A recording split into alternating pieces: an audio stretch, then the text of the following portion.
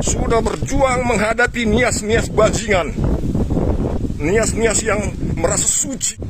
Medan, kota yang tercinta, kota kita berbakti. Horas, kota Medan, menjuah-juah, menjuah-juah. Saya nggak berani menyebut yel-yel dari ini ya, sambutan dari Nias, karena saya memang sudah ketakutan ya, saya sudah fobia terhadap Nias.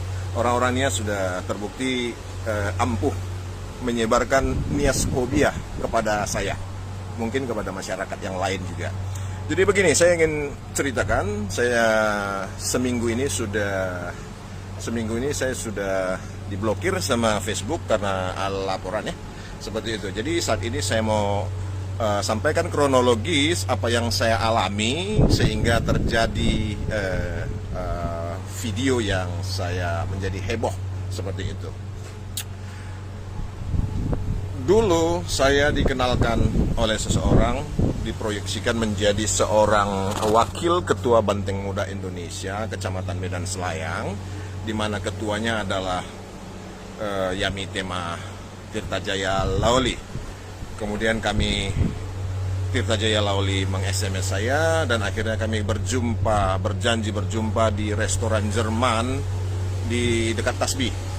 Saya lupa namanya, restoran Jerman di dekat Tasbi di Jalan Setiabudi.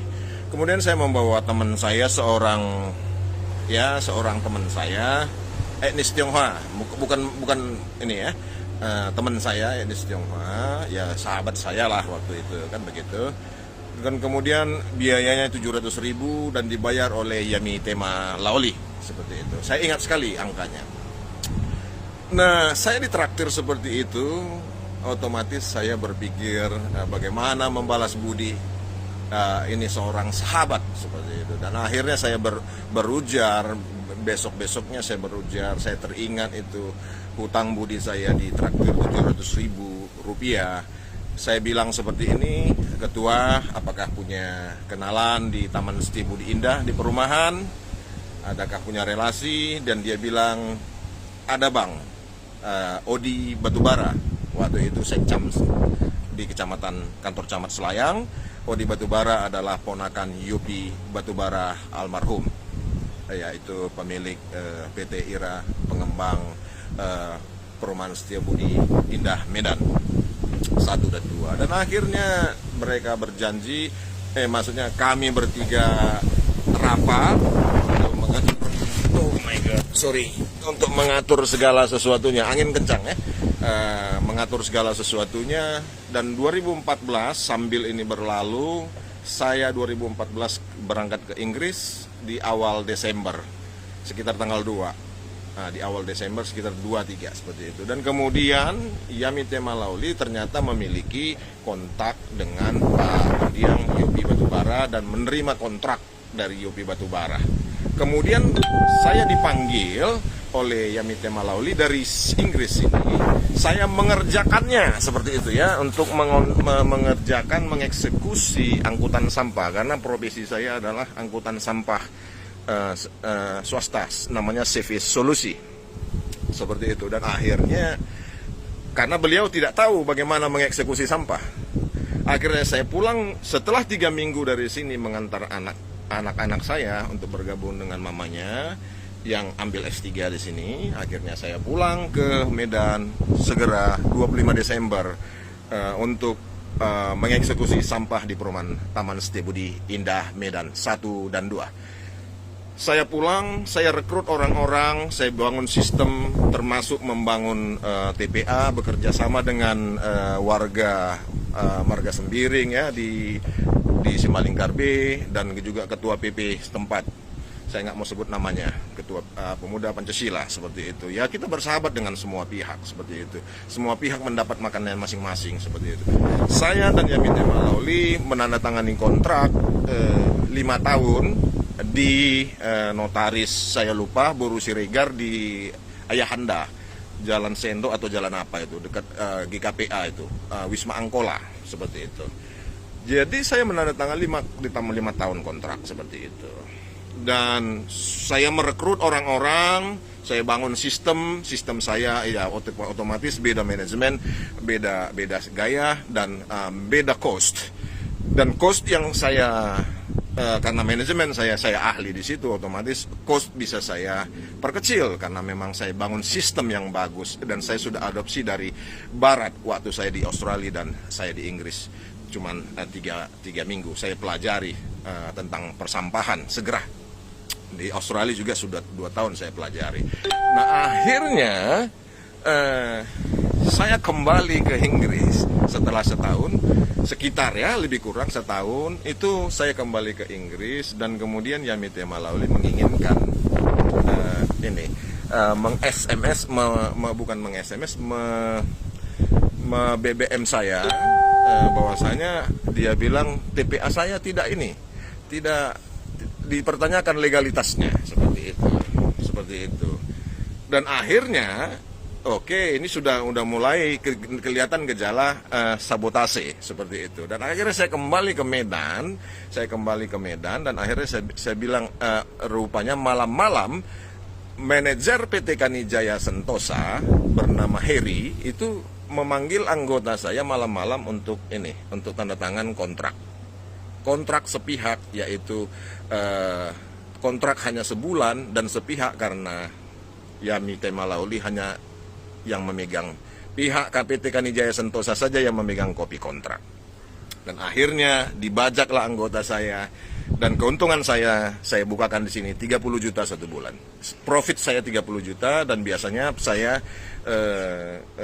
ini punya invoice 69 juta per bulan kepada PT Kanijaya sebelum di luar kutipan yang lain ada iuran berupa potong rumput ya, potong pohon seperti itu. Ada tagihan berbeda seperti itu. Jadi dia menginginkan. Nah, setelah anggota saya dibajak oleh PT Kanijaya Sentosa, TPA-nya itu juga yang saya bangun kerjasama dengan koordinasi dengan Marga Sembiring di Simalingkar B seperti itu. Nah akhirnya setelah hal tersebut terjadi, saya dibajak, saya dirampasi, saya terpukul. Saya bicara dengan tema Lauli waktu itu, waduh gimana ketua, itu cicilan mobil saya, armada saya ada 1, seperti itu. Dan dia diam saja. Kawan-kawan sekalian, saya mengaku bahwasanya tentu saya frustasi. Waktu itu frustasi, ada takut, ada frustasi karena bapaknya adalah Menteri Hukum dan HAM. Dan ya, tulangnya, pamannya kita tahu siapa. Saya tidak mau ribut, tidak berani ribut persisnya. Tidak berani ribut dan akhirnya saya berpikir kalau saya kerjakan ini, saya harus bayar pengacara untuk hasil yang belum tentu hasilnya. Tapi kalau saya kembali ke Inggris, minimal 1,5 juta per hari saya dapat. Akhirnya saya putuskan dengan rasa kecewa, dengan rasa berat hati, saya putuskan untuk tidak mengambil jalur hukum. Tidak mengambil jalur hukum dengan konsep mungkin bukan hukum positif yang saya tempuh, tetapi bisa saja hukum budaya, hukum adat. Saya ingin main di sosial, hukum sosial seperti itu. Dan akhirnya saya mencoba untuk menulis keluhan saya di Facebook saya. Saya juga menulis, meng-copy paste-nya ke Facebooknya Bapak Yasona Lauli. Begini lebih kurang isinya. Kepada yang terhormat, kepada siapa saja yang bisa menghubungkan saya kepada Pak Yasona Lauli, Menkumham RI, agar kami dapat membicarakan kerugian yang ditimbulkan oleh anaknya atas nama Yamitema Tirtajaya Lauli senilai 1,4 miliar rupiah dengan kira-kira 30 juta kali 48 bulan. Seperti itu lebih kurangnya, seperti itu. 1,4 miliar rupiah agar terima kasih. Seperti itu. Dan akhirnya ada yang mengatakan ada orang PNS, orang NIAS di Pemkab di Pulau Nias, mengatakan dia bisa menghubungkan saya dengan Yasona Lawli, dan akhirnya di akhirnya melalui inbox dia mengatakan pihak Yasona Lawli tidak mengenal saya, pihak keluarga besar Yasona Lawli tidak mengenal saya, seperti itu. Dan saya bilang ini antara damai dan perang. Saya bilang kalau saya siap damai, saya juga siap perang, seperti itu. Artinya perang urat saraf. Tentu ya. Tentu Daud harus punya jarak dengan Goliat. Kalau Daud dengan Goliat tidak punya jarak, Daud pasti mati. Seperti itu. Nah, jadi akhirnya saya copy paste juga itu permohonan saya itu di grup Facebook Nias Selatan, grup Facebook Nias Barat, dan grup Nias lainnya, beberapa yang lainnya. Saya sampaikan keluhan itu, saya sampaikan permasalahan itu di grup Facebook Nias Selatan, Nias Barat, dan lain-lain. Dan akhirnya di grup Facebook Nias Selatan dan Barat itu saya dimaki-maki oleh orang Nias. Saya dibilang sinaga babi hanya karena itu. Ada yang bilang nenek moyang orang Batak itu monyet katanya. Dan akhirnya saya mundur dari situ. Saya mengatakan seperti ini. Saya mohon maaf. Saya dirampok ya. Saya sudah dirampok. Saya coba menggapai dengan secara sosial, secara persuasif. Saya dimaki dan nenek moyang orang Batak disebut monyet. Hanya admin grup tersebut yang berhak untuk membantah ini, seperti itu. Hanya itu. Dan kemudian saya mengatakan seperti ini. Saya mohon maaf, saya salah. Tadi saya pikir ada orang Kristen di grup ini. Ternyata di grup ini tidak ada orang Kristen, yang ada hanya orang Nias. Saya minta maaf.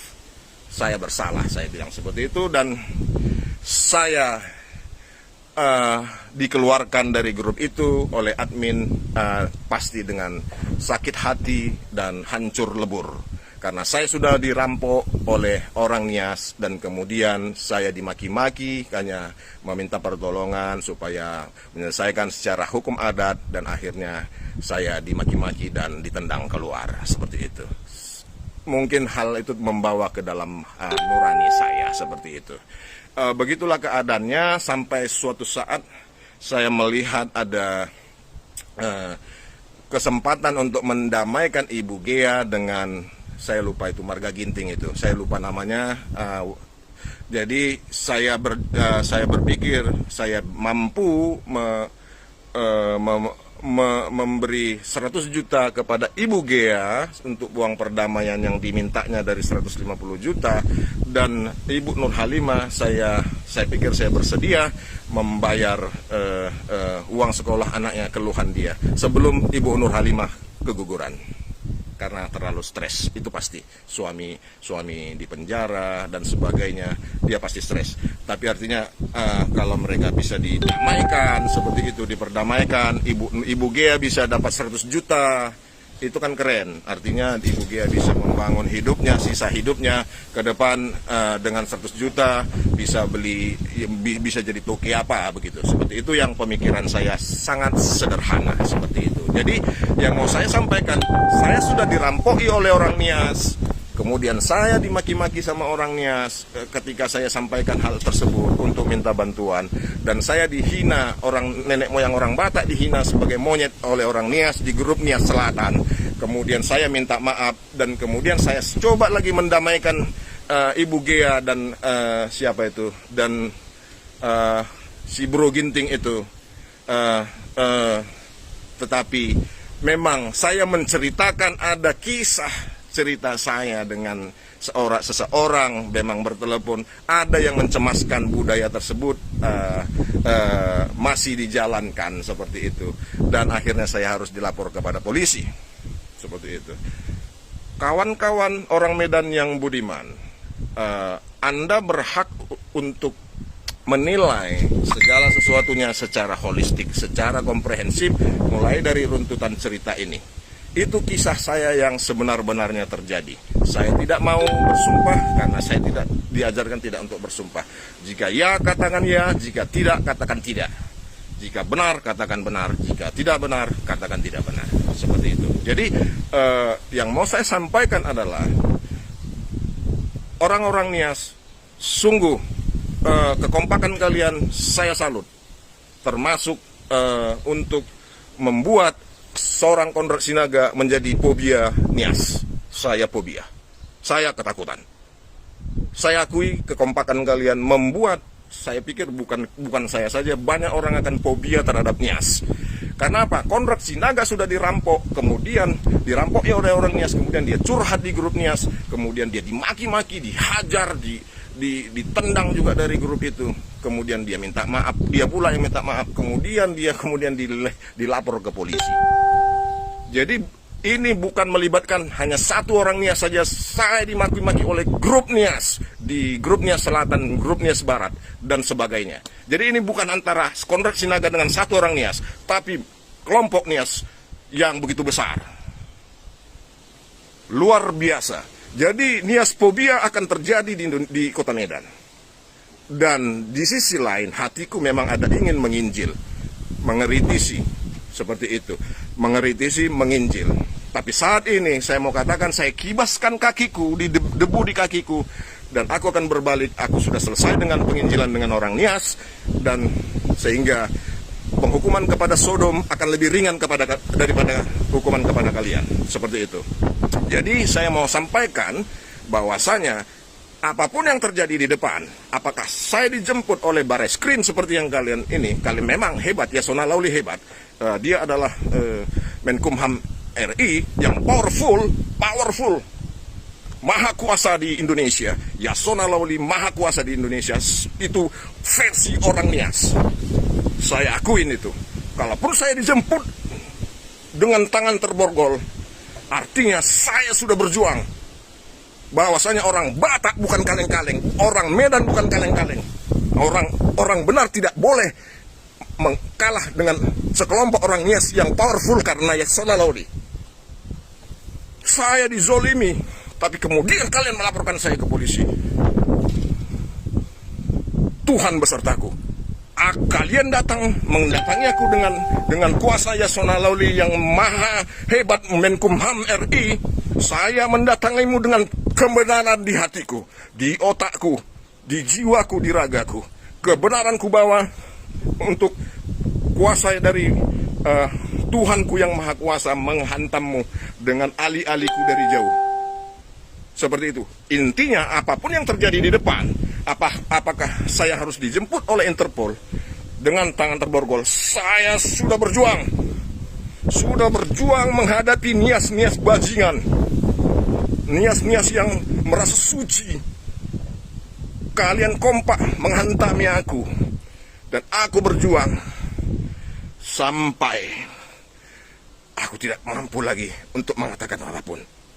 Aku berjuang. Dan di sisi lain, aku mengucapkan terima kasih kepada orang-orang Nias yang sudah mengerti dan mendukung aku secara inbox. Demikianlah saya sampaikan hal ini secara komprehensif tanpa teks. Apa yang saya alami, deritaku selama ini ku alami dan ku sampaikan kepada ini. Saya juga udah pernah sampaikan kepada Simon Simanjunta ya. Simon Simanjunta yang staf ahli DPR RI dari PDIP. Saya sudah pernah sampaikan ini karena ini bicara tentang PDIP, tapi ada hubungan dengan PDIP. Tapi Simon Simanjunta, Anda tidak ada respon yang tepat, walaupun kita kawan satu kampus dulu. Ya, saya juga mengecam Anda bahwasanya Anda terlalu ego dan Anda tidak peduli sama teman. Seperti itu. Jadi intinya saya sudah berjuang. Terima kasih. Ada telepon masuk.